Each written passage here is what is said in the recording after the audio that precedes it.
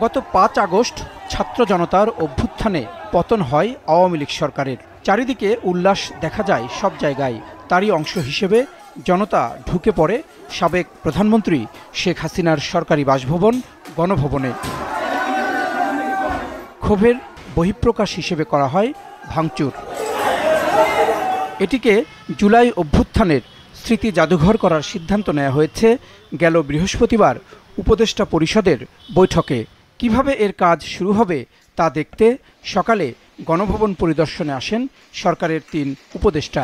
পরে সাংবাদিকদের কাছে তুলে ধরেন তাদের পরিকল্পনার কথা। ২০২৪ সালের জুলাইয়ের যেই গণঅভ্যুত্থান, সেই গণঅভ্যুত্থানের স্মৃতি এবং এই ফ্যাসিবাদী যেই শাসন, এই শাসনের সময়কার যেই জনগণের উপর যে অত্যাচার, নিপীড়ন, গুম, খুনের যেই স্মৃতিগুলো আছে সেগুলো সংরক্ষণ করে এই গণভবনকে একটি জাদুঘরে রূপান্তরিত করে জনগণের জন্য উন্মুক্ত করে দেওয়া হবে।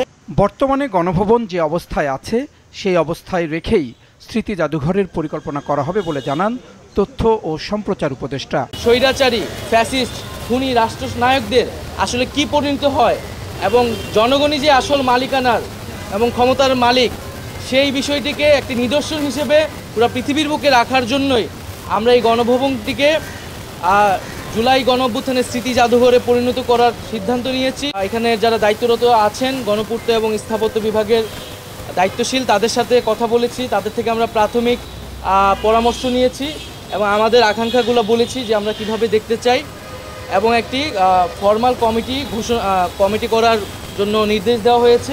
আগামী ১ সপ্তাহের মধ্যে গণভবনকে স্মৃতি জাদুঘরে রূপান্তরের কাজ শুরু হবে। খুব দ্রুত এটি উদ্বোধনের পরিকল্পনার কথাও জানান তিনি। জাহিদ সেলিম, মাছরাঙা সংবাদ, ঢাকা।